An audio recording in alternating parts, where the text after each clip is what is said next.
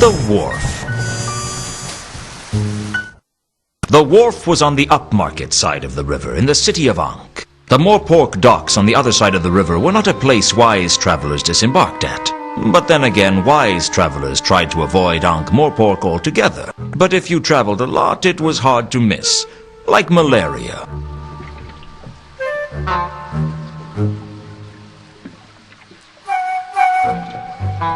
The Milka was a tramp schooner, one of the many ramshackle ships that plied their trade around the Circle Sea. From the looks of it, it should have sunk years ago. Even the rats thought twice before boarding it. The first mates didn't look particularly willing to let people aboard. Along the length of the wharf were hundreds of posts for mooring ships to. It seemed like a lot of bollards to me. What did I need bollards for? It wasn't like I could move them anyway.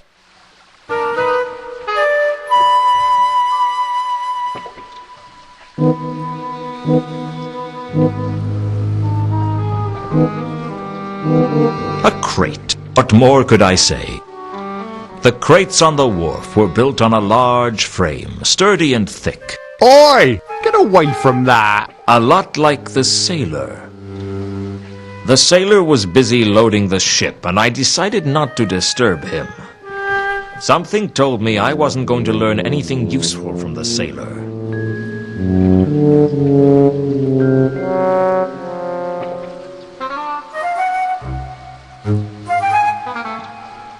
The first mate wasn't as hostile as I might have expected, but he wasn't particularly helpful either. Are you the first mate? Shiver me timbers! Hoist the main brace! Let's start again. Are you the first mate? Aye, that I be. You're not going to get any money off me, so you can drop the fake accent. Sorry, you know how it is. Some people are stupid enough to fall for that sort of thing. What can I do for you? When do you sail? As soon as we've got her loaded. How much is passage? Where are you looking to go? I don't know. Sort, perhaps. We've just come from there. It'll be a long time before we get back there again. Did you bring any passengers? Sure. We always try to take a couple of passengers. They pay their way, and if there's a big storm, they are very useful as to sacrifice to the angry sea gods. Of course, we tell people they were washed over the side. What were the passengers on the last voyage like? There were 3 of them. One of them seemed all right, but the other 2, I don't know about them. There was something strange about them.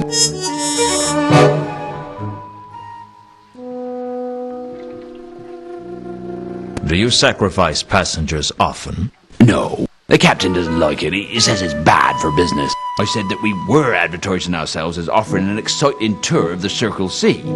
But he pointed out that most people would expect the tour to be above the water. If I'd had my way, we'd have thrown some people off the last voyage. Bad omens? The whole crew had a bad feeling of dread from the moment we set off. Looking at the state of the ship, that doesn't come as a surprise.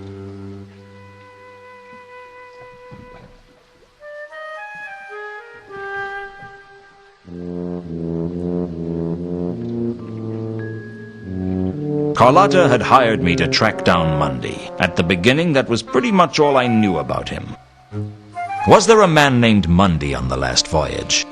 It's funny you should ask that. You're the second person today to have an interest in Mundy. Who was the first? A dwarf. He didn't give his name. I don't think he was from round here, though. What about Mundy? What was he like? I don't pry into the passenger's business. But for a man who came on board pretty happy, he seemed pretty unsettled when he left. Not that I blame him. Something was definitely amiss on this last voyage. Do you know where he is now? Mundy? No. Like I said, I don't pry into passengers' business. Unless you actually look through their luggage after they've been washed over the side. Hey, what are you inferring? I'm not inferring anything. I'm implying that you might have had a look at their luggage at one point. If I had, I certainly wouldn't admit it to you. Which either means you didn't look, or you didn't find anything of interest. You better watch your steps, son. It's not good to make accusations like that. Don't worry. Anything we discuss is strictly between you, me, and anyone else I tell.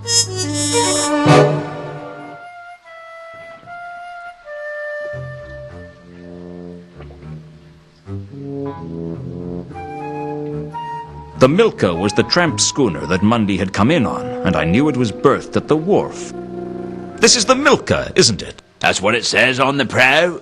It's impossible to read anything written on that hull. Just because you can't read it doesn't mean it isn't there. Reality is subjective, after all. Don't get all existential with me. It was more ontological than existential. That's a really bad habit you've got there. What? Oh, sorry. I picked up a bad case of philosophy in Ephoebe a couple of years ago, and I haven't been able to get rid of it since. Just can't seem to shake it off. Normal as anything 1 minute.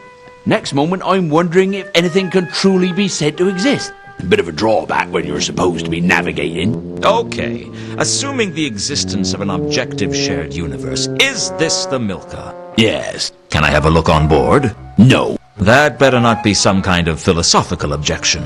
No one gets on board without Captain Jenkins' permission. Where is the captain? I don't know. But you could try the Cafe Ankh. He usually goes there when he's in Ankh-Morpork. If it exists, of course.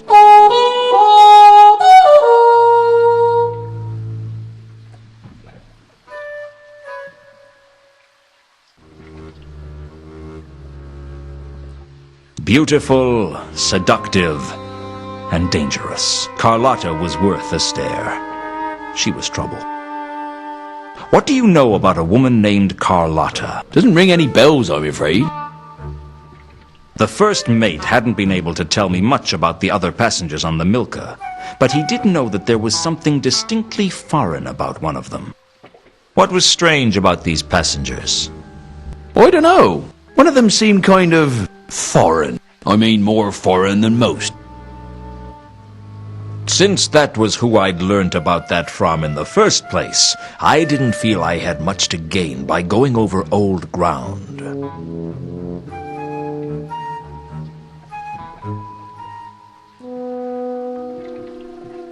I suppressed the urge to ask for money. I was broke, sure, but I wasn't that desperate. My purse might not have been my most valued possession, but I sure felt happier when it was full than when it was empty. Well, safe voyage, if that's possible.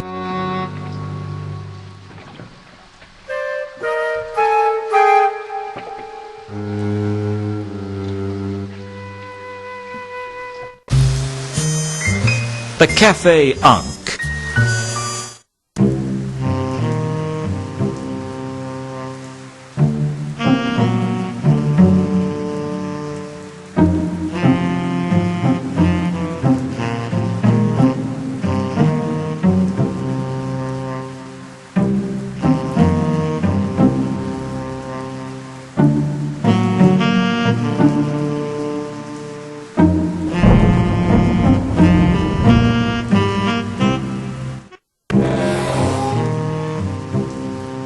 The golem was loading wine barrels onto the cart, calmly and diligently. I would have pitied it, but there didn't seem much point. It was just magically animated clay.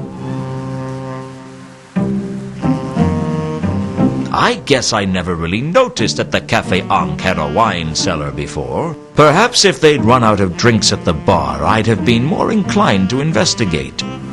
I knew full well that I wouldn't be able to get down there without permission and the right key. The cart was being loaded with barrels of wine. Apart from the wine, I can't say I was interested. A good-looking crowbar. It looked like it had a good heft, too. I figured the golem wouldn't notice that the crowbar had gone missing.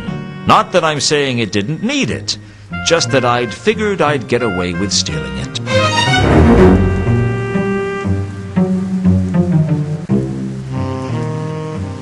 Although the crowbar was a lot heavier than a set of skeleton keys, it was more versatile. I guess if lockpicks were invented for thieves, the crowbar was invented for the private investigator. There was an inscription on the crowbar: "Property of the Patrician's Palace."